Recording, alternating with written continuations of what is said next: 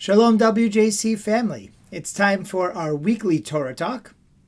This week we'll be reading Parshat Toldot in synagogue, the story of Jacob and Esau, and I want to use their story to highlight the topic, one that's been on my mind a lot this year. I'll probably be speaking about a lot this year, the topic of pessimism and the danger of pessimism. In fact, maybe even that it is a mitzvah that you shouldn't be or allow yourself to be pessimistic, or to reverse it, a mitzvah that we should be optimistic, that we are required as Jewish people to be optimistic. So the story of Jacob and Esau is a story of these two twins.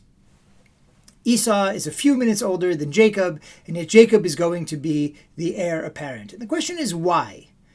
Esau doesn't actually seem like such a bad guy. If you read just the Torah text itself, the rabbis have a lot of midrashic stories that explain that he was not maybe as nice as he seemed. Jacob, we know, has a lot of actually sort of dealings that are hard to interpret in a positive and upright way, including two in this Torah portion. Excuse me, the second one being when he tricks his father into giving him the blessing that Isaac thinks he's giving to Esau.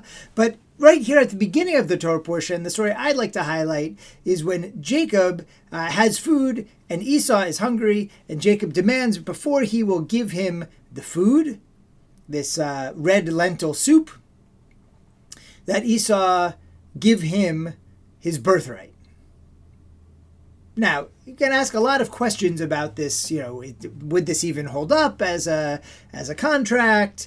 Is it right for Jacob to be holding food in exchange for a hungry person, a starving person, says Esau, in exchange for his birthright? All these questions are in, but I actually want to look at this story and look at Esau's behavior, not Jacob's. And maybe this is why Esau is problematic as an heir for Abraham and Isaac.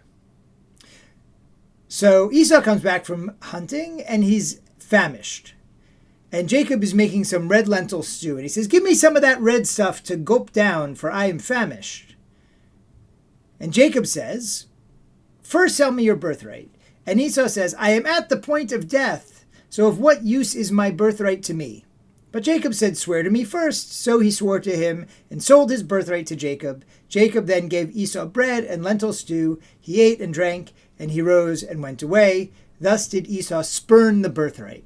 So what do you spurn the birthright? You're just a couple brothers, haggling over some soup. Does this even really matter that much? So what's the birthright that he spurns?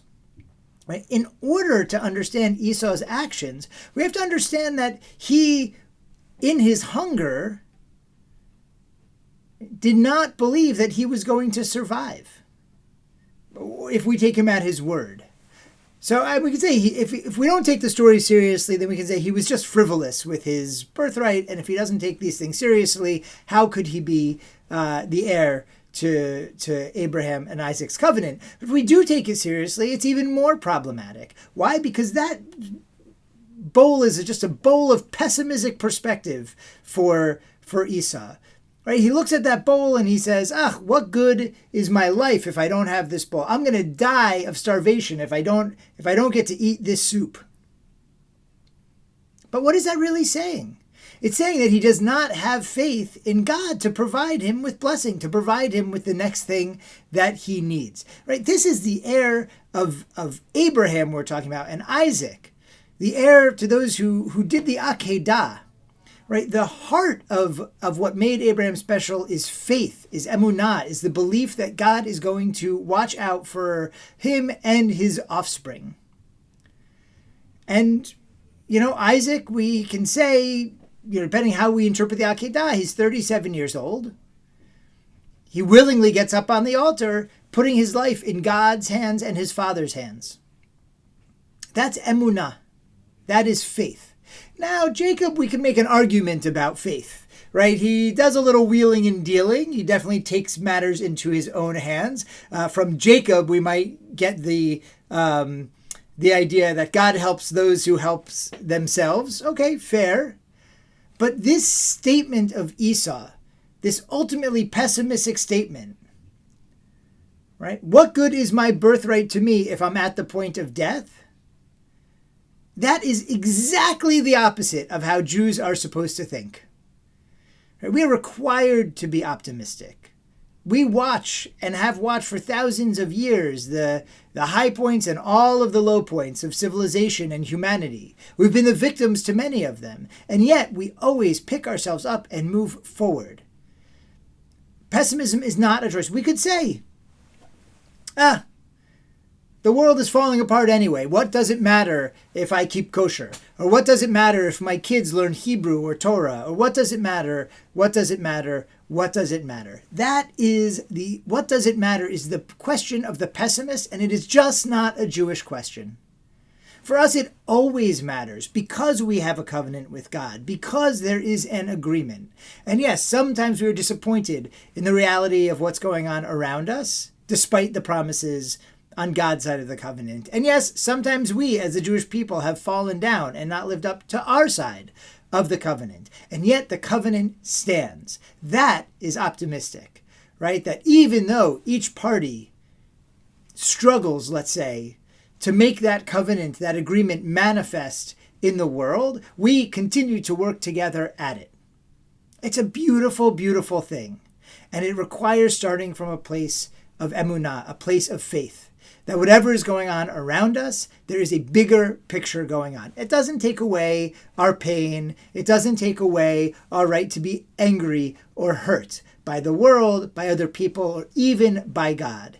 And yet, even with all of that, we optimistically plunge forward and say there is a worthwhile destiny for the Jewish people at the end of this. And I am going to be part of it, and that is a great privilege. Esau does not get that.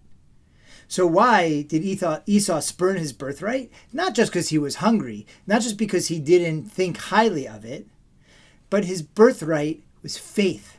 His birthright was the covenantal relationship between God and Abraham, which becomes the covenantal relationship between God and the Jewish people. And his lack of belief, his lack of faith in that covenantal relationship, his pessimism about that covenantal relationship, ultimately means he cannot be the progenitor of what it's going to mean to be Jewish.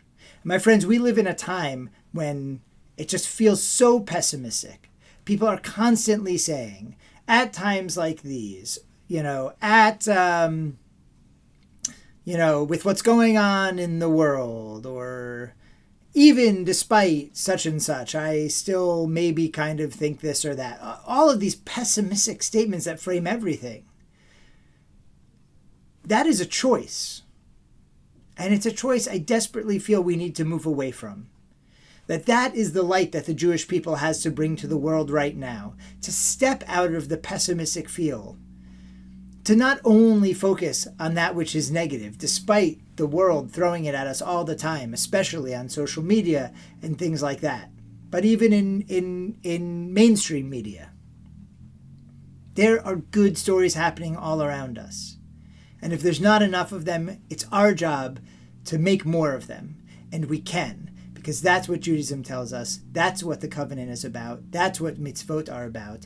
And that is why we need to harness this optimism to help do tikkun, to help move this world to the better place that we know is there waiting if we all just do the work.